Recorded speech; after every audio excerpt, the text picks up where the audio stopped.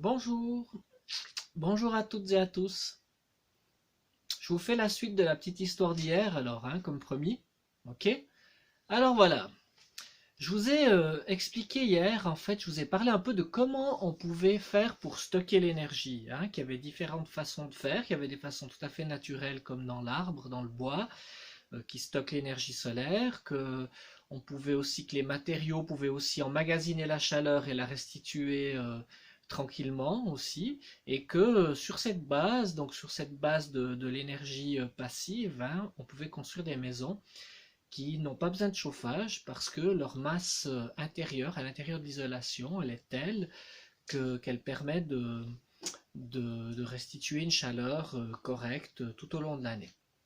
Il suffit juste d'un peu de soleil de temps en temps sur les vitres pour compenser un peu, mais ça suffit. Et ces maisons fonctionnent sans chauffage. Voilà. Donc là, je voulais vous parler maintenant de la production d'eau chaude. Production d'eau chaude pour une maison, ça a deux buts. Il y a l'eau chaude sanitaire, c'est celle que vous employez pour la douche ou que vous employez pour la cuisine. Et il y a l'eau chaude pour les radiateurs, pour le chauffage ou le chauffage au sol et tout, c'est des circuits d'eau chaude. Voilà. Donc pour produire cette chaleur, on a différentes façons. Alors je vous avais déjà parlé de la pompe à chaleur. La pompe à chaleur, elle fait un échange avec le sol, l'eau ou l'air, et elle va vous produire de l'eau chaude sanitaire et de l'eau chaude pour le chauffage. Et elle fonctionne à l'électricité. Ok. Ensuite, vous avez euh, le solaire hydraulique. Alors, il ne faut pas confondre le solaire hydraulique et le solaire photovoltaïque. Les deux systèmes ont des panneaux sur les toits, mais ça fonctionne vraiment différemment. Le photovoltaïque produit de l'électricité et par contre, le solaire hydraulique produit de l'eau chaude. Donc, dans les panneaux qui sont sur les toits, il y a des serpentins de métal dans lesquels passe de l'eau, circule de l'eau, puis l'eau se fait chauffer simplement par le rayonnement solaire parce que c'est comprimé entre une vitre et de l'isolation, ça devient très très chaud, comme dans une serre ou comme dans votre voiture quand vous la laissez en plein soleil avec les portes fermées, et ça va chauffer l'eau qui circule là-dedans.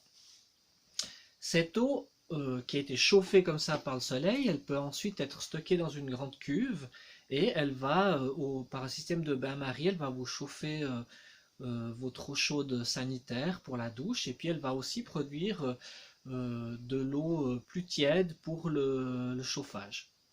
Voilà.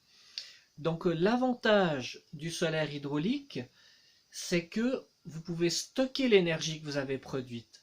Je vous rappelais, je vous ai parlé d'électricité, je vous ai dit on ne peut pas la stocker. L'électricité, elle part sur un réseau et puis ma foi, quand on en a besoin, c'est peut-être pas au moment où notre installation produit de l'électricité. Donc on va prendre de l'électricité sur le réseau quand notre installation produit pas, et quand notre installation produit beaucoup, on va l'envoyer sur le réseau, parce qu'on n'a pas le choix.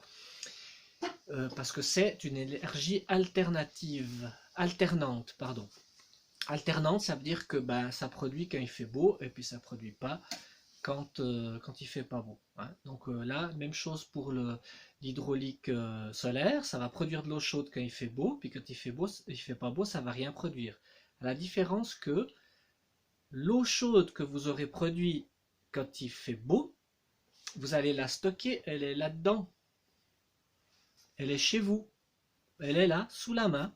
Vous avez l'énergie que vous avez produite, elle est là, elle est à vous, elle est chez vous, vous la réutilisez quand vous voulez. Voilà. Ça, c'est la grande différence. Parce que ça donne une très grande autonomie à la personne qui a cette installation, parce qu'elle est vraiment maître de sa production d'énergie et c'est elle-même qui va l'utiliser à 100%.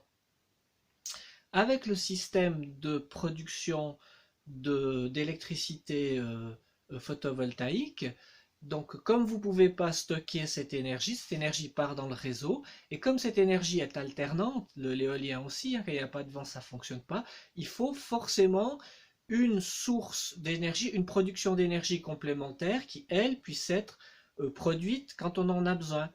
Donc, ces énergies qui sont des énergies alternantes ont forcément besoin d'être couplées à des productions d'énergie qui soient régulières ou à volonté. Voilà, donc elles sont quelque part, elles sont dépendantes de l'électricité hydraulique, du nucléaire ou des usines à charbon, des centrales à charbon ou à gaz, ou etc., qui peuvent produire n'importe quand, par n'importe quel temps. Voilà, c'est un peu la différence, hein. Il y a, ça, le solaire hydraulique, ça rend un peu plus libre, ça rend un peu maître de la situation. Alors voilà, plus votre stock, votre capacité de stockage d'eau est grand, plus vous allez avoir d'autonomie. Donc vous pouvez faire du solaire hydraulique saisonnier. Si votre cuve est assez grande, l'eau que vous aurez chauffée pendant l'été, vous allez l'utiliser pendant tout l'hiver et il n'y aura pas de problème, même s'il fait mauvais pendant 2 semaines, vous n'allez rien sentir passer. Voilà. Alors moi, là, actuellement, je suis en train de construire une telle installation pour ma maison qui va me faire de l'eau chaude et puis qui va me faire un peu le chauffage parce que j'ai une vieille maison c'est une rénovation, donc c'est pas possible de faire une isolation dans les règles de l'art. Donc j'ai besoin de chauffer. Et mon installation, donc elle a une capacité de 2700 litres. Je vous montre un peu là. Vous voyez là le grand truc. Ça va jusque là-haut. Ça va jusque là-haut, hein. Il y a 2700 litres de réserve. Donc ça, quand il fait beau, c'est plein d'eau. Ces 2700 litres sont à quasi 100 degrés. C'est très très intéressant. C'est tout simple. Je la construis moi-même grâce à l'aide d'une association à but non lucratif qui s'engage dans les énergies renouvelables et dans les low tech, qui s'appelle Sebasol, qui dispense un cours pour construire ça, qui fournit les matériaux. Et ce qui est très intéressant, je trouve aussi, c'est que comme je la construis moi-même, je suis capable de la réparer, capable de l'entretenir, etc. Voilà, je vous avais parlé dans une autre vidéo, quand on enlève les compétences aux gens, on les rend captifs, on les rend dépendants. Après, on peut tout leur vendre. On peut leur vendre des services, leur vendre des biens, etc., etc. Quand on forme les gens, quand on leur donne du savoir dans les mains, eh ben, on rend les gens indépendants. On les rend capables voilà, de gérer leur vie, de se maintenir, de produire leur énergie et de stocker eux-mêmes leur énergie. Voilà. C'est un petit message comme ça, c'est très positif. C'est ce système de production de chaleur, il est complètement sous-développé dans notre canton. On a un canton qui est magnifique avec beaucoup de soleil et puis qui irait très bien pour développer ce genre d'installation. Et ça serait très intelligent parce que ça consomme extrêmement peu d'électricité. C'est ce truc noir là qui fait tout tourner. Ça consomme genre comme une ampoule quoi. Ça consomme 3 fois rien. Donc il y a vraiment très peu de moyens. On peut aussi concevoir des installations de ce type qui fonctionnent sans électricité du tout, juste par thermosiphon. C'est un peu plus compliqué, on ne peut pas mettre la cuve où on veut, mais c'est aussi possible de faire comme ça. Voilà, donc il y a du boulot, il y a des gros lobbies qui empêchent le développement de choses comme ça, de choses toutes simples, parce que voilà, il y en a qui ont envie de vendre du courant. Bah ouais, c'est comme ça le business. Ok, je vous laisse avec ça, et puis je vous dis à la prochaine. Ciao ciao.